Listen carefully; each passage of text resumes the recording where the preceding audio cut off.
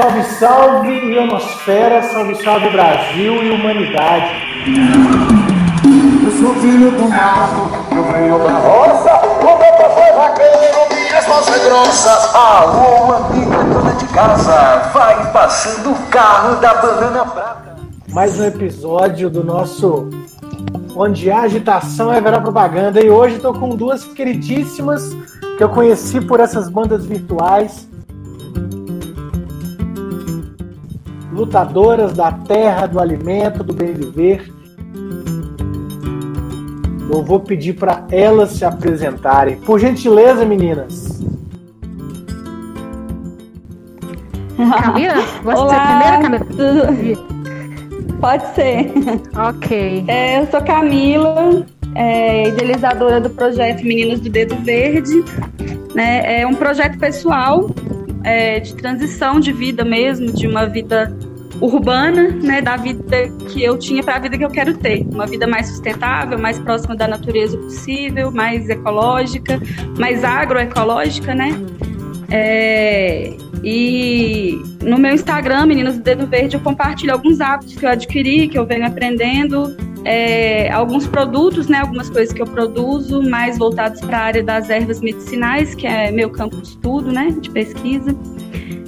E não é uma empresa, então eu não tenho sócias, né? Como é um projeto de vida, eu tenho amigas, parceiras, e a Claudinha é uma delas, né, que está aqui com a gente. Meninas, né, que me incentivam, que me ajudam a colocar no papel, tirar do papel, colocar na prática, e é isso. Massa, Camila. Salve, salve. Eu sou Cláudia Farinha, agricultora familiar, sou militante, ativista, feminista e sou assentada da reforma agrária, né, um assentamento de trabalhadores rurais ligado à Confederação dos Trabalhadores na Agricultura, a CONTAG, né, a CONTAG que promove a Marcha das Margaridas. Enfim, então um prazer enorme estar aqui participando com vocês desse momento para falar sobre agricultura familiar, sobre comida saudável, enfim, é isso. Maravilha, gente. Então, conexão Belo Horizonte, Divinópolis, Brasília, que hoje está fazendo aí 60 anos. 6 décadas. Que loucura que é Brasília.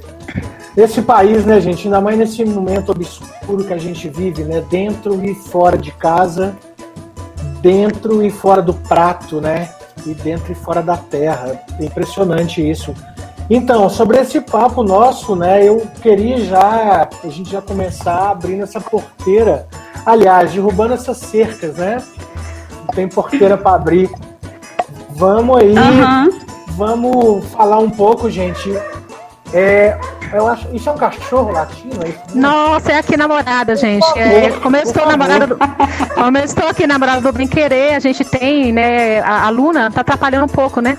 Não tá atrapalhando, não, pelo contrário, isso é vida real. É vida real, então a gente lida com os animais, enfim, como eu estou na chácara, então vai ver esses ruídos aí para ajudar, enfim, a gente pensar um pouco mais, conversar um pouco mais.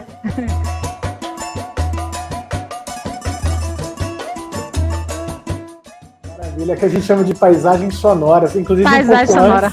É isso mesmo. Um pouco antes a gente estava trocando ideia aqui, eu e Camila, e passou o caminhão da laranja. Direto da roça, freguesa! E avise aí pra vizinha que temos também inhame e batata doce, freguesa! Venha conferir as nossas ofertas! E depois passou, que é de pequeno produtor, olha só, hein?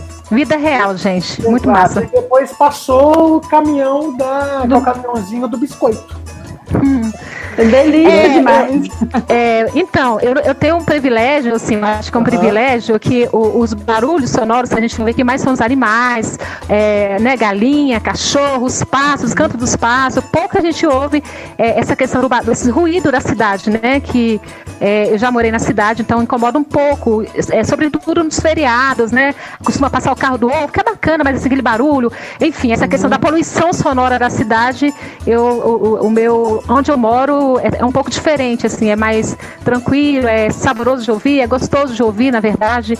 Então, eu acho que eu nasci privilegiada nesse sentido, eu tenho esse privilégio, né, no sentido de que tudo aqui é a natureza, é o bem-estar, eu convivo mesmo com o meio ambiente, enfim. Não, boto fé demais. Então, falando nisso, nesse convívio com o meio ambiente, né? E nós sabemos que a maioria do nosso alimento, que tudo que é produzido nesse país é exportado. E a maioria do nosso alimento vem do pequeno produtor. Não é isso? Exatamente. Então, vamos conversar um pouquinho disso, nós três agora. Aliás, nós três não, eu tô aqui só conduzindo. Vocês duas, no caso, por gentileza.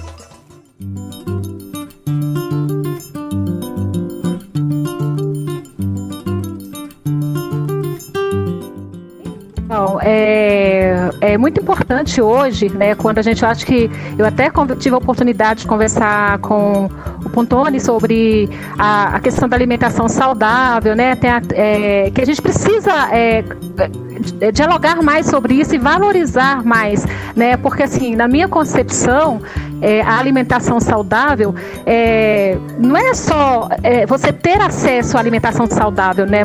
Para que a alimentação seja saudável, você precisa respeitar essa questão da comercialização, da regionalidade, né? Do comércio local. Você precisa compreender de como que esse alimento ele é produzido, de que forma, né? Sem agrotóxicos, sem contaminação, respeitando a natureza, respeitando o meio ambiente, a biodiversidade. Então, assim, é importante quando a gente fala de alimentação saudável, que é uma temática que, né, que o Pontoni trabalha muito, tem que levar em consideração esse ambiente, né, sem agredir o meio ambiente. E hoje, inclusive, que a gente tem um governo que é contrário à agricultura familiar, né, que fica aí o tempo todo liberando agrotóxicos, né, agrotóxicos que mata todos os dias, que mata, é constatado o mal que ele faz para nossas vidas, para nossa saúde, e ainda assim a gente vê hoje um projeto que é contrário, né, esse projeto que a gente busca, né, pela alimentação saudável. Então, eu acho que é importante, eu avalio como importante a gente fazer essa abordagem, conversar um pouco sobre esses... sobre como que isso pode interferir no nosso dia a dia, né, nas nossas vidas. E aqui, inclusive, na Morada, eu tenho acesso com outros movimentos que também discutem e trabalham a questão da agricultura, e a gente tem discutido e valorizado, sobretudo para que os urbanos, para que as pessoas compreendam esse nosso processo e valorizem o pequeno agricultor, né, que valorize a agricultura familiar. Então, a nossa luta diária é para o fortalecimento da agricultura familiar, né, que sustenta, que vai para mesas dos trabalhadores, né, dos brasileiros, né, de uma forma geral, todos os dias, e às vezes não são valorizados. Acho bem importante, né? Fazendo uma ponte com o tema do seu podcast, onde haverá propaganda, haverá agitação, é isso? Onde há agitação, haverá propaganda. É praticamente o contrário. Não, é porque eu estava pensando exatamente sobre isso. Assim, a Cláudia falou da valorização, né, do respeito à cadeia de produção, de valorizar o pequeno agricultor, e assim... Então, eu fico pensando muito na questão da mídia, né, e como que eles conseguem, a partir da propaganda, né, da estratégia deles, que eles fazem junto com os governos, com os grandes latifundiários, né, os grandes aí, donos da terra, como eles tentam incutir na nossa mente, na sociedade, que comprar alimento orgânico é caro, que consumir alimento saudável é caro, que barato é comprar comida industrializada que vem no pacote, que está lá no supermercado, nos grandes supermercados, né? Nas grandes promoções que eles fazem. E como eles tentam passar para a população e para a sociedade que o agronegócio carrega o país nas costas, né? E aí... Quando a gente sabe que, na verdade, 70% da comida que todo mundo come vem do pequeno produtor, do agricultor familiar, dos assentamentos, como a Cláudia, né? O agronegócio, ele produz basicamente soja, milho, leite, carne, e que vai para as exportações, né? Então, na verdade, o agronegócio ele não produz comida, ele produz commodity, e a intenção do agronegócio é lucrar, não é alimentar. Quem alimenta é o agricultor familiar, é o pequeno produtor. Mas isso eu acho que é uma questão de transformação de mente, né? Porque fazer a população entender que a abóbora, o feijão que eles compram não vem lá do latifundiário, né? Vem do pequeno produtor. Isso é uma coisa que acontece, é processual, né? E eu vejo um movimento muito bacana acontecendo, de gente resgatando isso e mostrando lá, dando valor, né? Mostrando a cara do produtor, o pequeno produtor que está lá e que nos alimenta. Né, de gente que está trazendo isso para as cozinhas, está trazendo para as feiras livres. As feiras livres têm crescido, pelo menos aqui em Belo Horizonte, tem um número muito grande de feiras, sabe? Feiras orgânicas, de gente que entrega na nossa porta o alimento orgânico. Então tem um movimento acontecendo, contrário aí a essa propaganda do agro é tech, agro é pop, agro é tudo. E é isso, é um processo que a gente está vivendo. Pois é, eu estava lendo a respeito sobre, você citou uma coisa interessante, duas coisas, né? O lucro dos supermercados nos últimos 2 meses foram 30%, se não me engano, 25% a 30% a mais que o mesmo período do ano passado, né? E é exatamente essa cultura do supermercado. Agora, uma outra coisa que você disse, né, que é a questão das commodities. Faz, em tese, né, 520 anos que invadiram o nosso país. E desde essa invasão, o nosso sistema econômico, o Brasil, ele serve, não à mesa do seu povo, né? Ele serve ele é o exportador, né? Obviamente, é o celeiro do mundo, né? Exatamente. A gente vê cada vez mais essa cultura. Mas o Brasil ele tem terras, a gente não tem. A terra aqui é exatamente para monocultura, né? Para esse tipo de agricultura, e que eles falam que emprega, por exemplo. A exportação do país, em razão do corona, ela está tranquila, porque o campo não parou de produzir. Né? O campo, ele não parou de produzir, não parou de exportar, e o que a gente está tendo agora, o que pode acontecer, é um desabastecimento, porque os nossos programas dos armazéns de estocagem de alimentos para distribuição à população, isso começou a ser sucateado já tem um certo tempo, e claro, se agudizou aí com o golpe, né, que tirou a nossa presidenta, e obviamente depois com esse neofascista no poder, né? Então, assim, olha só, então o que eu vejo, cada vez mais, nós estamos sujeitos a exatamente isso, essa indústria do supermercado. Claro, nada contra as pessoas que trabalham no supermercado, são assalariados, trabalhadoras e trabalhadores, né? Que não são os donos e donas dos meios de produção, obviamente. Eles falam, mas o setor gera muito emprego e tal. Ele deve existir se ele tiver uma outra lógica. Por exemplo, ao mesmo tempo, quando você tem uma grande rede de supermercado, quando ela se instala, a cada emprego que foi gerado para aquele ponto de venda, a gente tem um gap, a gente tem um buraco muito grande de outros empregos que foram tirados a partir dessas redes. São os pequenos sacolões, o pequeno produtor. E como que isso fica? Isso vai impactar aí, né? Porque as pessoas, elas ocupam as terras que precisam ter a função social. Exatamente. Elas são ocupadas exatamente para isso. Como que fica aí no seu dia a dia em relação a isso? Então, eu vou fazer uma observação na fala da Camila, que achei bem interessante, né? Quando ela fala essa questão do latifúndio, né? Que bate forte, sobretudo aqui no Distrito Federal.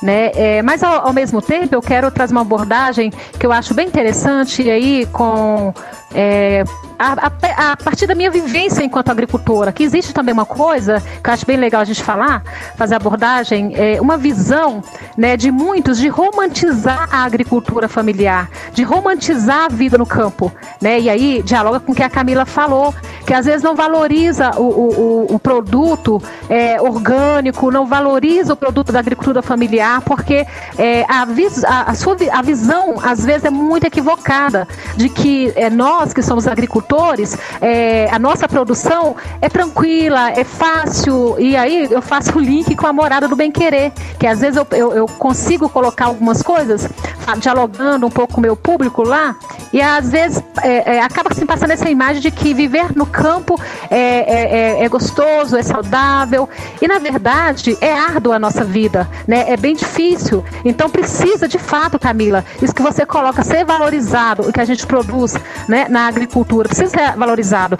E um mecanismo para que a gente seja valorizado, para que a agricultura familiar seja valorizada, são algumas políticas públicas que aí o Pontoni traz com muita propriedade, né, que a gente viu desmoronamento nesse governo atual, que é contra a agricultura familiar, que é contra a reforma agrária, né, a gente sofreu vários ataques desse governo, quando a gente fala sobre a questão da reforma agrária, quando a gente conversa, quando a gente quer implementar uma reforma agrária, né, que contemple os diversos trabalhadores que querem voltar. Você, Camila, mesmo fala que quer vir para o campo, né? Você tem essa identidade, essa cultura de querer voltar para o campo. E um dos instrumentos, um dos mecanismos que poderia facilitar o seu retorno, a sua origem para o campo, é essa política da reforma agrária que hoje, infelizmente, está totalmente acabada, né? O governo, ele trabalha na perspectiva da regularização fundiária, que é focada nos grandes, no latifúndio, né? Que não dialoga com a nossa realidade, que não dialoga para o fortalecimento da agricultura familiar, né? Então, assim, o que a gente presencia nesse governo é esse desmonte, é uma forma de passar para a sociedade que os trabalhadores rurais, os trabalhadores sem terra, são baderneiros, né? Eles querem invadir. A palavra de ordem é invadir e não ocupar, né? Então, é muito difícil, é muito ruim. E é importante que a gente converse mais sobre o assunto, é importante que a gente passe para as pessoas da importância do fortalecimento dessa política.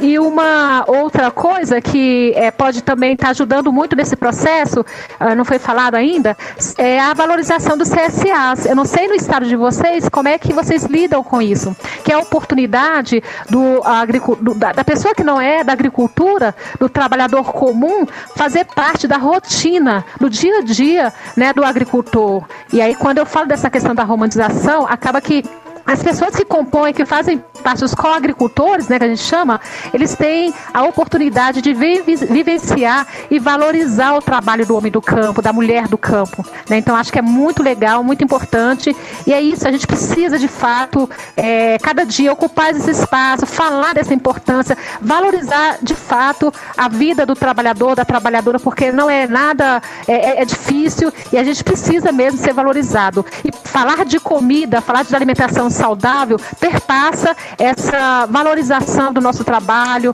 né? Então, acho que é isso um pouco que eu queria estar falando a partir da reflexão da Camila, né? Eu acho que é bem legal, Pontoni. Então, Camila, sobre isso tudo, eu vejo que você tem um projeto, né, As Meninas do Dedo Verde, e aí a gente podia até falar um pouquinho dessa sua para a gente aproveitar essa discussão, né, sobre o campo, né? A Cláudia disse uma coisa muito interessante sobre a gente tem principalmente quem não tem um contato, quem está, embora eu não esteja morando mais em Belo Horizonte, eu estou em Divinópolis, é uma cidade, eu moro na área urbana de Divinópolis. É importante ressaltar porque aqui em Minas as pessoas acham assim, quem não mora em Belo Horizonte mora na roça.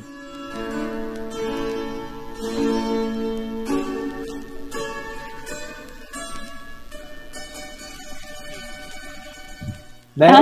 É impressionante isso. Sair de Belo Horizonte é roça. Toda cidade tem sua área urbana e sua área rural. Belo Horizonte também tem uma área rural. Pertence aí, né? Está dentro da grande Belo Horizonte, nesses espaços. Claro que existe uma aglomeração grande de pessoas. Os territórios quase que se uniram, assim, do ponto de vista da urbanização. Que é um outro problema, acho que a gente pode até conversar isso aí num outro episódio, como que a urbanização também, ela contribui também para acabar com os pequenos produtores. Mas isso é uma outra coisa, né? É só para a gente pontuar sobre isso. Não, porque moro, não. Aí eu voltando. Divinópolis, eu não moro na roça, né? Eu moro na área urbana de Divinópolis, onde eu quero chegar. Então, às vezes, a gente pega aquela aquele alimento num sacolão, ou então na parte de hortifruti de um supermercado, que seja, a gente fica, olha, né? Mas a gente às vezes romantiza demais a coisa. E como vocês duas, né? No caso eu também, a gente tem um acúmulo de entender como é que são esses processos de produção. Aí eu faço esse link com o trabalho das meninas do Dedo Verde, né?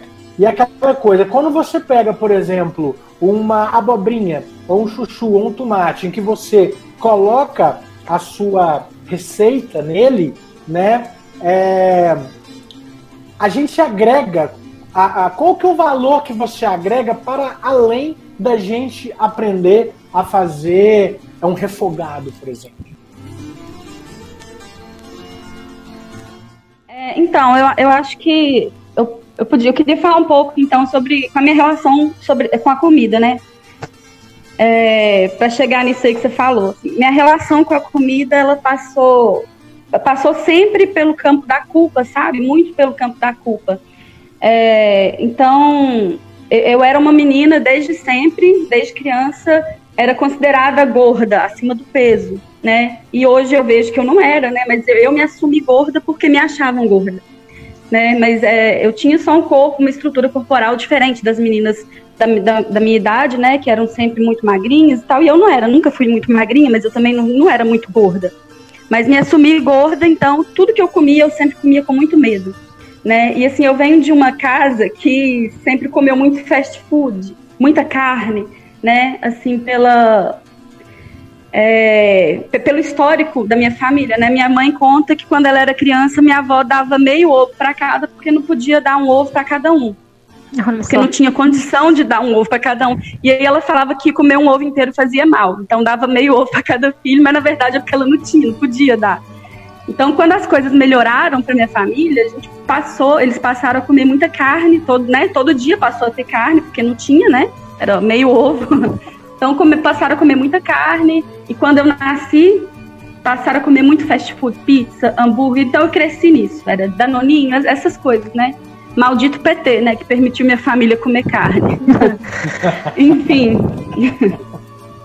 E eu cresci muito assim com esse tipo de alimentação, né? A minha avó fazia a taioba refogada, o arroz, o feijão, o angu, mas no fim de semana tinha muita pizza, né? E eu sempre comi muito baseado na culpa, né? Que eu vou engordar. Então eu sempre fiz todos os tipos de dieta que vocês possam imaginar e falhei miseravelmente em todas elas porque eu não conseguia sustentar. E mais tarde ainda eu assisti isso adulta já assisti um vídeo, um documentário chamado A Carne é Fraca, muito bom, aliás. E aí eu falei, né, agora além de engordar, ainda tô sendo cruel, tô matando bicho. Então, eu decidi que eu ia ser vegetariana. Né, eu fiquei quase 2 anos sem comer carne, mas sempre com muita culpa, porque eu queria comer a carne. E eu voltei a comer carne, me sentindo super culpada também. E até que eu parei para pensar nas expectativas que eu colocava sobre mim, que as pessoas colocavam também sobre mim. Quando você decide viver um estilo de vida ou um estilo de alimentação que seja, as pessoas elas começam a ter muita expectativa em relação a isso, ou então elas passam a ser fiscais da sua vida, né? Então, se você é vegetariano, você tinha que ser vegana, porque né, a indústria do leite e do ovo também é cruel. Aí você passa a ser vegana, mas você não pode consumir soja porque a soja está acabando com o cerrado. E aí você para de comer a soja, você tem que comer só produto orgânico, porque o agronegócio, o agrotóxico, não sei o que, você passa a comer só orgânico e de repente você tem que ser crudívora, de repente você tem que ser frugívora e as expectativas elas só aumentam, né? Tipo assim, nunca tá bom. E aí eu demorei muitos anos para me libertar disso, dessas expectativas dos outros e da minha própria expectativa em relação à forma como eu me alimento. Eu me permiti ser muito mais livre e eu percebi que esse processo me fez também ser muito mais consciente. Então, desde então, eu tenho me alimentado conforme as minhas necessidades e a minha consciência. Então, toda vez que eu vou escolher um alimento, seja no supermercado ou na feira ou em qualquer lugar, eu me pergunto o quanto esse alimento vai me fazer bem e vai fazer mal para o mundo, sabe? E dentro disso, dessas duas coisas, eu procuro ter um equilíbrio, né? Nem muito radical, mas sempre também pensando no quanto o que eu estou trazendo para minha comida vai impactar o mundo. Então, quando você fala da abobrinha, da receita, de não sei o quê, passa muito por isso, sabe? O que eu tô trazendo para minha comida, o que eu tô colocando no meu prato. Então eu sempre procuro olhar para o alimento que eu tô trazendo como isso, uma forma minha de fazer, né, a micropolítica, né, micro-revolução. Porque eu acho que não adianta muito a gente falar do que a gente quer para o macro, se no micro a gente não quer fazer a nossa parte. Então, eu tenho uma hashtag que eu adotei para a vida, que é descasque mais, desembale menos. Então, meu lema é esse dentro da minha casa, da minha cozinha, sempre priorizar o que eu posso descascar ao invés do que eu posso desembalar. Então, eu pego uma abóbora, outro dia eu estava fazendo o raciocínio aqui, eu comprei meia banda de abóbora e eu paguei 2 e pouco. E ela me alimentou por 3 dias e ainda me rendeu um petisco de semente de abóbora e ainda me rendeu uma sobremesa, porque eu fiz um doce depois com o resíduo do coco, do leite de coco que eu fiz. Então, meia banda de abóbora com 2 e pouco me alimentou por 3 dias. Né? E as pessoas falam assim, é caro se alimentar saudável ou natural, é caro ser vegano ou vegetariano, sei lá. Mas, poxa, uma lata de leite condensado custa mais do que isso. Né? Um pacote de biscoito recheado custa muito mais do que isso. Então, esse é o tipo de raciocínio que eu procuro fazer, sabe? Mais do que uma receita que vai mudar o mundo, é a forma como eu trago os alimentos para minha casa e como eles estão compondo o meu prato.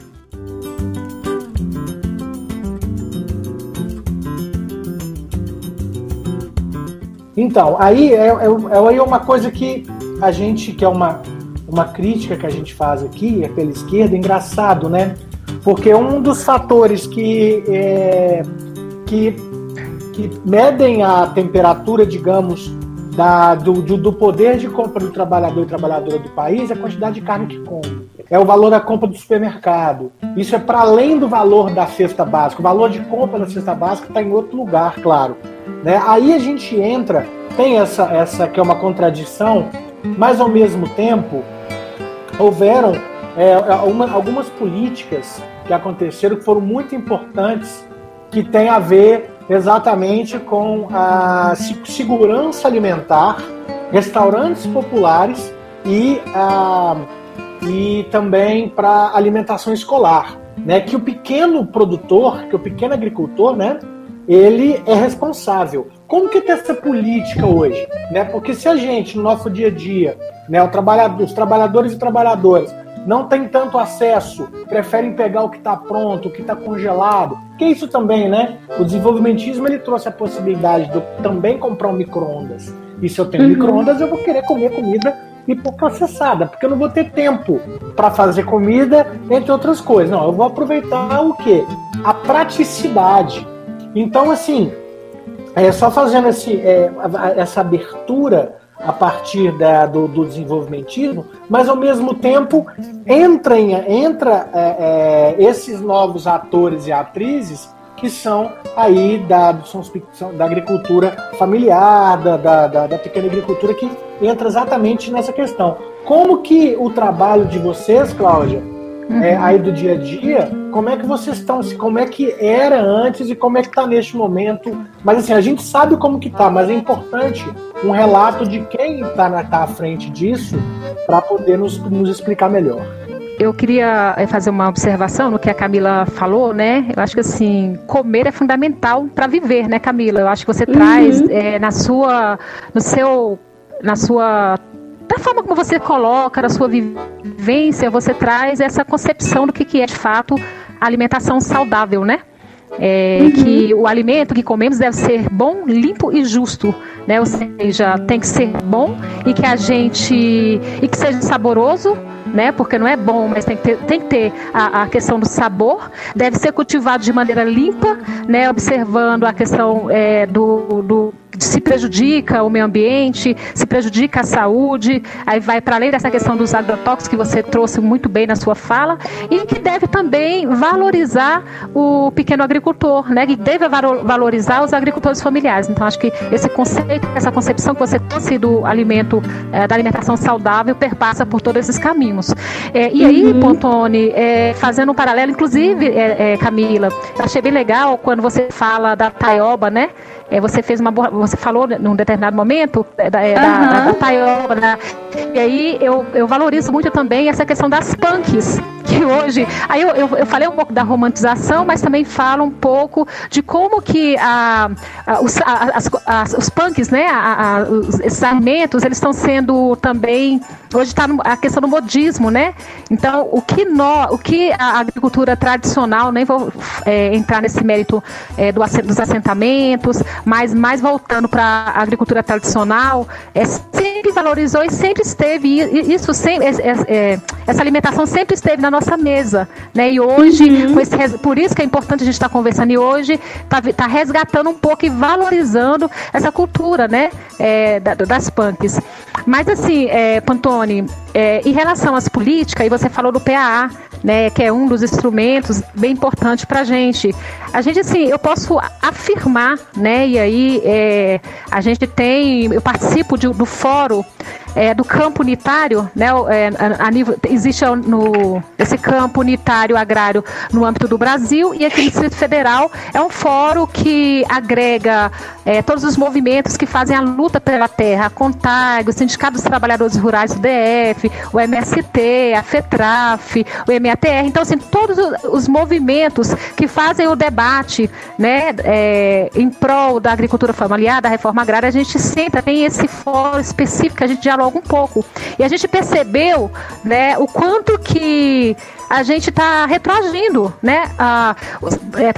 Para vocês verem, e isso está sendo retratado o tempo todo na mídia, existe um desmonte do INCRA, né? Sobretudo das políticas públicas que a gente há muitos anos nós conquistamos com muitos esforços, e hoje está sendo desmontado por esse governo, que é totalmente contrário a essa política da agricultura familiar. Então a gente percebe nesse período do governo Bolsonaro está totalmente estagnada, né? A gente percebe isso, a estagnação das políticas públicas para a gente.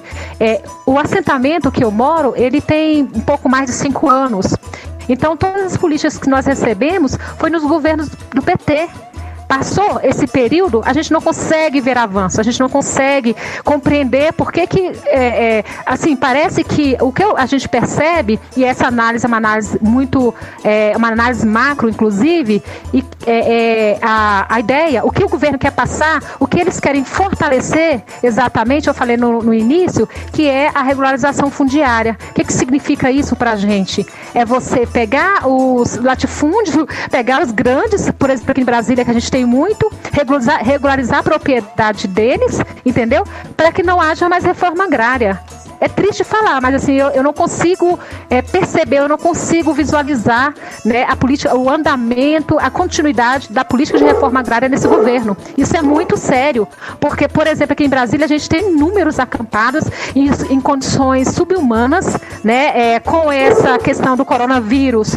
A gente percebe, tem famílias que estão, inclusive, passando dificuldades, né, a gente está se organizando aqui para levar cesta básica, enfim, para o movimento, pelo partido. Então a gente tem que organizar esse movimento aqui para dar condições a essas famílias sobreviverem, porque pelo Distrito Federal e pela política do governo não vai acontecer mais reforma agrária, porque eles não compreendem como importante e ignoram totalmente os trabalhadores que vivem em condições subhumanas nas áreas rurais aqui do Distrito Federal, que dizem que não tem. Mas com o processo da regularização fundiária, os grileiros, os ocupantes que estão nas propriedades, eles querem regularizar. E aí, esse público que está instalado, né, que estão morando há anos, mais de 8 anos, a gente tem pessoas que são trabalhadores, vidas, famílias que estão nessas condições e que não sabem para onde vai, né? Porque tem pessoas que cresceram, adolescentes, gente que hoje tem filhos que estão morando nessa condição e não sabe para onde vai, e o governo não tem uma proposta concreta, né, para resolver a situação dessa família. Então, é muito triste, é uma questão preocupante que a gente deve conversar sim todos os dias sobre isso. A sociedade precisa compreender, e a Camila colocou muito bem o papel das grandes mídias, o que eles passam para as pessoas, né, para terem ódio dos agricultores familiares, para terem ódio dos trabalhadores rurais sem terra, e isso é uma falácia, né? Hoje, nessa crise do coronavírus, vocês podem perceber, a gente vê, né, quem está colocando comida, que está ajudando esses trabalhadores, são os trabalhadores rurais sem terra, são, né, os movimentos organizados que fazem a luta pela terra. Então precisa ter uma conscientização de que os movimentos sociais, de que os trabalhadores rurais, eles agregam, e não dá para você ignorar e achar que é um povo, ou compará-los com o agronegócio que mata todos os dias e as pessoas fazem vista grossa. Então, assim, só um pouco de desabafo nesse sentido, porque é cruel o que está acontecendo hoje, né, com a nossa categoria, e a gente precisa bater fortemente nesse processo. E a gente tem que falar mesmo, né? Precisamos de falar mesmo e que às vezes parece, né? Porque quando a gente fala, desabafa que mas tá falando de uma forma... É porque realmente é quem sente exatamente na pele. Exatamente, a dor, né? Exatamente. E é muito... Não, pode falar, desculpa. Não, assim, é muito triste, por exemplo, aqui no assentamento, o Santarém, a gente tem assim, ao lado, umas famílias que estão na beira da estrada há muito tempo, tem filhos, é família, gente que sabe, que passa dificuldade, e o governo faz vista grossa, né? E aí, no interior, vocês devem também ter, né, contato com essa realidade. E a gente está falando, nada mais do que nada menos na capital, né? Aqui em Brasília, onde tem o centro das atenções, do poder, que deveria ser modelo, né? E a gente tem esse contato com essas famílias. Então isso é muito triste. Por isso que é importante quando a gente fala, e você, né, fala dessas políticas públicas para o fortalecimento, esses meios de comunicação que a gente pode ter acesso para passar, para conversar, para mostrar a realidade do campo, né, para os urbanos, acho que é muito importante. As pessoas precisam ter uma conscientização de que a vida no campo, e aí mesmo sendo os agricultores tradicionais, eu, por exemplo, sou filha de meu pai, minha mãe era agricultor familiar tradicional, né? Foi uma terra adquirida na época. Depois que minha mãe entrou nessa luta pela a reforma agrária, que a gente veio ter acesso à política da reforma agrária. Mas, de todo modo, alguns agricultores familiares, eles não têm acesso a muitas políticas, porque falta investimento, falta conscientização do governo, do que é necessário para eles. E existe também, às vezes, mal interpretada, de que existe assentamentos que é como se fossem favelas rurais, porque colocam o agricultor, a agricultora lá na terra e não dão condições, subsídios para que esses agricultores tenham condições de vida, que esses agricultores possam estar produzindo esse alimento. E aí, na fala da Camila, tanto a sua como da Camila, vocês colocam muito bem claro isso. Vocês têm essa consciência de que precisa haver agregar, né, a cidade e o campo. A cidade e o campo precisa caminhar junto. O campo precisa compreender o papel da cidade e a cidade precisa compreender o papel do campo nesse processo. Então a gente precisa andar de mãos juntas. Se a gente não tiver essa compreensão, esse discernimento, a gente vai ficar sempre aquém, sempre isolado, sempre sendo tratado como se fosse, enfim, não dá nem para pensar alguns adjetivos, mas é na perspectiva de que a gente precisa caminhar de mãos dadas, né, para o fortalecimento. Ganha todo mundo, ganha os urbanos, ganha os rurais. Então, para que a gente tenha vida saudável, para que a gente tenha qualidade de vida, essas questões precisam estar entrelaçadas, né? Porque, assim, à medida em que o governo massacra, né, o pequeno produtor, o camponês, o agricultor familiar, sim, ele dá incentivos cada vez maiores para os latifundiários e para os produtores de agrotóxicos, por exemplo. E eu estava lendo que as isenções e as reduções de impostos para Bayer, por exemplo, e essas outras indústrias, soma mais de 10 milhões por ano, que significa quase 4 vezes mais o orçamento que tem para o Ministério do Meio Ambiente, por exemplo. Então, assim, aí vem aquela outra questão, né? Por que a população acha que o orgânico e que o alimento in natura é caro? Não é caro, é porque ele não recebe incentivo, enquanto o alimento que vai matar a gente recebe isenção de imposto, recebe todo tipo de incentivo. E isso é cruel, isso é muito cruel. Eu costumo falar assim, quando a gente é moleque, assim, pelo menos na minha época, a gente aprende a plantar um feijãozinho no algodão, põe num copinho, em 3 dias e tal, né?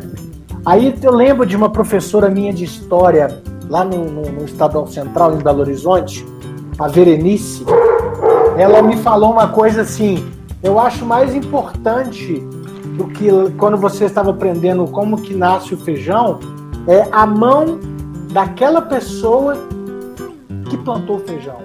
Quem é aquela pessoa bacana. que plantou o feijão?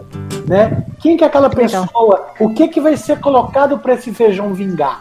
Aí, o que Camila disse, é engraçado, né? A Bayer, a Monsanto, mas mais especificamente a Bayer. A mesma empresa que produz o agrotóxico, que é uma farmacêutica, ela também produz o remédio. Ou seja, é um ciclo vicioso, onde ela envenena e depois ela supostamente... supostamente. Cura, né? Então é uma cadeia produtiva do mal, né? Pornográfica, obscena, né? E que a gente fica se deparando. E uma questão exatamente dos subsídios. É claro que nós também temos um entendimento, nós temos um acúmulo, que uma família com 4, 5, 6 pessoas não vai ter condição de comprar 5 tomates, 6 tomates a R$6, né? Porque a gente sabe que o custo do orgânico é caro porque não tem subsídio, né? Não tem subsídio, os insumos usados, embora naturais, mas tem todo o manejo, né? Tem toda uma questão, você não tem grandes extensões para pagar por preço por mil, aquela história toda, né? Então, assim, a gente sabe dessa dimensão. E toda vez que a gente vai discutir isso, é importante frisar, né? Meu pai, por exemplo, meu pai e minha mãe, 2 idosos, eu tenho 2 irmãos ainda, especiais que moram com eles, que são adultos, né? E que eu falo, filho, realmente, eu dei vontade de comer esse tomate aí, só que eu tenho que comprar na quantidade, porque ele não vai durar uma semana. Olha que loucura isso. Aí eu falei, realmente, aí ele me pergunta, por que isso? Eu falei, pai, olha, subsídio, né? Não tem nenhuma política para ajudar a escoar a produção do campo, né? E que está aí, não tem nenhuma política para dar o subsídio a partir disso. Nós tínhamos, né? Que é para os restaurantes populares, PAA e por aí por diante, né? Mas isso está acabando cada vez mais. Então, isso é uma questão, assim, por isso que eu sempre falo. Toda vez que a gente for fazer um alimento, a menina de dedo verde faz isso. Você, Cláudia, aí, trabalhando na base, com a mão literalmente na terra, nas questões agrárias, sabe disso? Eu sempre falo. Meu menino está aqui comigo, passando o resto da quarentena, né? Ele mora em Belo Horizonte, eu sempre falo, não, pai, mas toda vez que você vai fazer uma comida, você tem que falar sobre ela? Eu falei, filho, pra gente pensar, não é tô falando pra você comer, olhar pro infinito, não. É pra você fazer a reflexão. Agora, você também pode olhar pro infinito e comer também. Você é livre. Mas é pra você entender de onde vem essa alimentação. Então, assim, então a ideia desse nosso podcast hoje, desse nosso assunto, né, foi exatamente pra gente, primeiro, isso dá para dar um caldo maior, né? Tipo aquele fundo de legumes que eu sempre faço aqui, mandei outro dia pra Camila aí como é que é feito, pra gente aproveitar as cascas e tal. Então, assim, como que a gente pode trabalhar isso? Aí eu vou deixar para cada um aí nas suas considerações finais, eu volto para arrematar. Como que a gente pode trabalhar no cotidiano, no nosso dia a dia, com os pés no chão, né? Também com a pitada de romance também, que nós somos de amor também. Sim, claro. Não vamos nos embrutecer mais do que o mundo já está, né? Mas como que no nosso cotidiano a gente pode levar isso aí? Primeiro, assim, agradecer, né, esse momento, acho que foi muito bacana o nosso bate-papo. Obrigada, Camila, por ter me oportunizado a participar desse espaço. E eu acho que é isso, né? A gente precisa conversar. Eu acho que uma das iniciativas é a gente conversar mais sobre o assunto, né? Porque às vezes o que nós estamos conversando é uma coisa assim tão natural, tão tranquilo para a minha realidade, do que eu falei, né? Assim, a gente lida com isso no dia, acho simples, mas às vezes para o outro isso pode despertar aquela coisa. Mas gente, eu nunca parei para pensar nisso. Como o Pontoni fala, né? Toda vez que ele vai fazer um alimento, o filho dele, mas pai, por que toda vez você, enfim, por que você né, pergunta sobre isso, você fala, enfim, então, eu acho que esse é uma possibilidade que a gente tem, essa é uma possibilidade que a gente tem, da gente se organizar mesmo em grupos, da gente procurar outros espaços que dialogam sobre isso e fortalecer cada vez mais. É formar uma rede, né, uma grande rede, para que a gente seja tão grande quanto essa rede que mata essa política macro que sufoca a gente, né, que é do mal mesmo, a corrente do mal que sobrepõe a nossa corrente do bem, que é ter qualidade de vida, ter alimentação saudável, que é valorizar o pequeno produtor, que é valorizar os assentados da reforma agrária, que é valorizar sobretudo as organizações sociais, que discutem as políticas que são contra a destruturação, né, das políticas públicas, do SUS, da Previdência, enfim, que é contrário a esse projeto esse projeto que exclui, esse projeto excludente. Então, eu acho que uma das maneiras mais eficazes são exatamente essas, né, a gente se organizar em meios de rede, conversando na nossa comunidade, chamando o nosso vizinho para conversar, a Camila chamar a vizinha, enfim, então a gente ir tecendo essa rede para que a gente se torne cada vez mais forte e para que a sociedade compreenda que precisa valorizar, né, que a gente precisa sair desse processo, desse espaço que a gente está, para a gente estar cada vez mais fortes e mais sensibilizados e compreendendo, né, a importância da alimentação, da agricultura, enfim, eu acho que um pouco disso, Pontoni. Eu acho, né, o que eu posso estar colocando a priori seria isso. Eu acho muito interessante a gente pensar, talvez, né, esse bate-papo foi muito, né, assim, casual, mas acho que a gente podia estar organizando, inclusive, outras temáticas para a gente conversar. Foi um prazer enorme estar participando desse espaço aqui e coloco à disposição, né, para outros assuntos, enfim, sobre a temática da mulher. Eu mesma faço muito essa reflexão no que é ser uma mulher agricultora familiar, uma mulher do campo, né? Como é que a gente lida com essa questão da terra, enfim, tem várias temática que a gente pode estar tratando, a questão da juventude, aí você fala do seu filho, aí eu já penso aqui no meu filho, como é que a gente trata dessa questão da sucessão rural, o campo está ficando envelhecido, né? A gente precisa dialogar, a gente precisa que tenha lazer no campo, a gente precisa que a gente tenha tecnologia para que nossos jovens não vão para a cidade, enfim, então a gente precisa, sobretudo, pensar de uma maneira coletiva, de forma que esses agricultores, essas agricultoras, tratando da questão geracional, tenha qualidade de vida, tenha... acho que é isso, um pouco disso. Então, estou aberta e é um prazer enorme estar participando desse espaço de debate. Isso. Gratidão. Eu ainda acho que, junto com as políticas todas, né, a militância, a oposição ao colonialismo, né, ao massacre mesmo, que a gente falou do pequeno produtor e tudo, eu acho muito importante a gente começar, eu acho que uma das formas de resistência é a gente começar a olhar para o nosso alimento, né?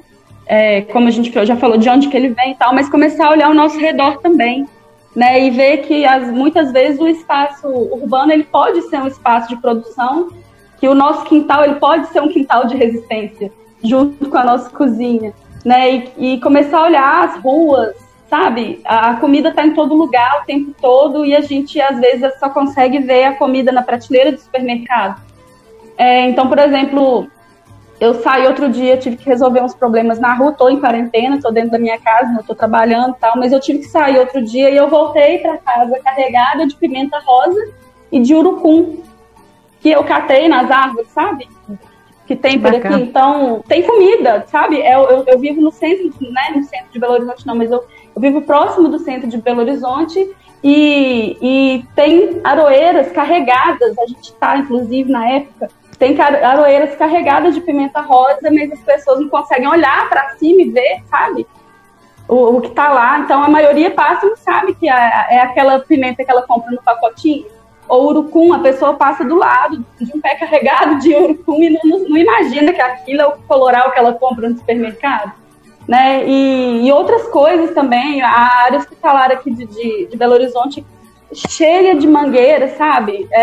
Eu moro perto de uma rua cheia de oitis, de árvores, né, de oitizeiros, E as pessoas no mal sabem que aquilo é de comer e chega a cair no chão e apodrece lá, porque as pessoas não sabem. Então, eu acho que um dos objetivos principais da indústria é afastar a gente da comida, né, e da natureza dela. Então, quando a gente passa a olhar para a comida da gente, de onde que ela veio, como ela foi produzida, como que ela chegou até aqui, eu acho que a gente começa a ressignificar tudo e eu acho que a indústria começa a perder o espaço dela. Então, assim, como eu falei, é um processo. Acontece lentamente e tal, mas quanto mais a gente traz isso à tona e quanto mais a gente conversa sobre isso, mais as pessoas vão olhando com outros olhos para aquilo que ela está trazendo para dentro da casa dela também, sabe? E pensar em outras alternativas mesmo, de economia, de troca, de praticar a política de câmbio, de apoiar o pequeno produtor.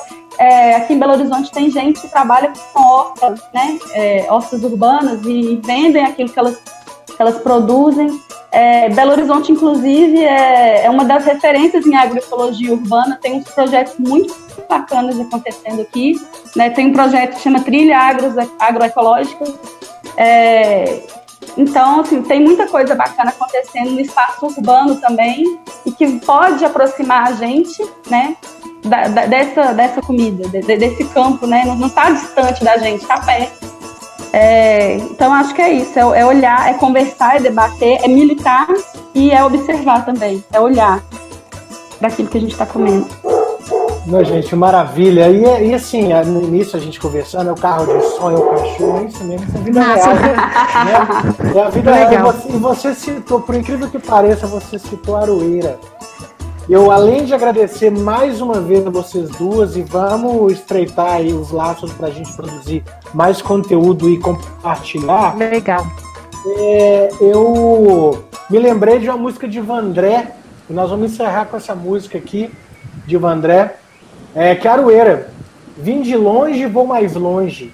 Quem tem fé vai me esperar, escrevendo numa conta para junto a gente cobrar. No dia que já vem vindo, que esse mundo vai virar. Noite e dia vem de longe, branco e preto a trabalhar. E o dono, senhor de tudo, sentado mandando dar. E a gente fazendo conta pro dia que vai chegar. Marinheiro, marinheiro, quero ver você no mar. Eu também sou marinheiro, eu também sei governar. Madeira de dar em doido vai descer até quebrar. É a volta do cipó de Aroeira, no lombo de quem mandou dar. Uma honra conversar com vocês sobre comida, alimento, terra e amor, porque quem milita em prol do nosso alimento, do bem viver e para a gente pensar no mundo onde caibam todos e todas, eu acho que passa por aí, gente. Muitíssimo obrigado. No dia que já vem vindo, que esse mundo vai virar. No dia que já vem vindo, que esse mundo vai virar. Noite e dia vem de longe, branco e preto a trabalhar. Dia vem, e o dono, senhor de tudo, sentado mandando dar. E a gente fazendo conta pro dia que vai chegar. E a gente fazendo conta pro dia que vai chegar. Marinheiro, marinheiro, quero ver você no mar. Eu também sou marinheiro, eu também sei governar. Madeira de dar em doido vai descer até quebrar. É a volta do cipó de Aroeira no lombo de quem mandou dar. É a volta do cipó de Aroeira no lombo de quem mandou dar. De longe vou mais longe, quem tem fé vai me esperar. Escrevendo uma conta pra junto a gente cobrar. No dia que já vem vindo, que esse mundo vai virar. No dia que já vem vindo, que esse mundo vai virar. Noite e dia família vem de longe, branco e preto a trabalhar. E o dono, senhor de tudo, sentado, mandando dar. E a gente fazendo conta pro dia que vai chegar. E a gente fazendo conta pro dia que vai chegar. Marinheiro, marinheiro, quero ver você no mar. Eu também sou marinheiro, eu também sei governar. Madeira de dar em doido vai descer até quebrar. É a volta do ciclo.